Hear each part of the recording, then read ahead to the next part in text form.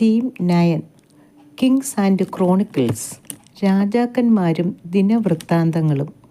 First question, which are the chronicles composed in the Mughal period? Akbarnama, Badshahnama and Humayun nama are the important chronicles of the Mughal period. Second question, എസ്സേക്ക് 8 മാർക്കിന് ചോദിക്കാവുന്ന ഒരു ക്വസ്റ്റ്യനാണ് the Mughal court, Mughal Rajdhani.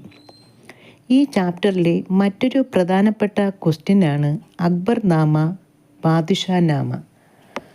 Theme 10 colonialism and the countryside, കൊളോണിയലിസവും ഗ്രാമപ്രദേശവും. First question, why the zamindars didn't pay taxes? എന്തുകൊണ്ടാണ് സെമീന്ദാർമാർ നികുതി അടയ്ക്കാത്തത്? 1. കമ്പനി നിശ്ചയിച്ച നികുതി വളരെ ഉയർന്നതായിരുന്നു.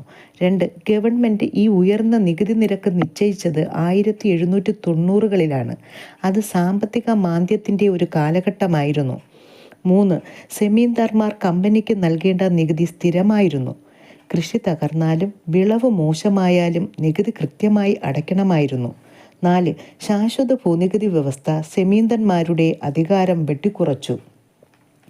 The rates of initial revenue demands were very high. This high demand was imposed in the 1790s. It was a period economic depression. The revenue was invariable. The permanent settlement curtailed the power of Semindars. Second question, Pahariyas in Rajmahal Hills. Rajmahal കുന്നുകളിലെ പഹരിയാസ്. പഹരിയാസ് Rajmahal കുന്നുകളിലാണ് താമസിച്ചിരുന്നത്. ഉപജീവനത്തിനായി കാടുകളെയാണ് ആശ്രയിച്ചിരുന്നത്. വനവിഭവങ്ങളായിരുന്നു അവരുടെ ഭക്ഷണം. അവർ സ്ഥലമാറ്റ കൃഷി നടത്തിയിരുന്നു. വനങ്ങൾ വെട്ടിത്തെളിച്ച് മണ്ണ് കൈക്കോട്ട് കൊണ്ടിളക്കി പയറുവർഗ്ഗങ്ങളും തിനപോലുള്ള ധാന്യങ്ങളും അവർ കൃഷി ചെയ്തു.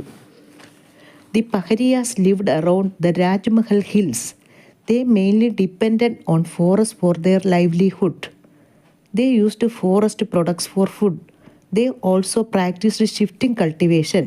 They cleared the forest and grew a variety of pulses and millets for their consumption.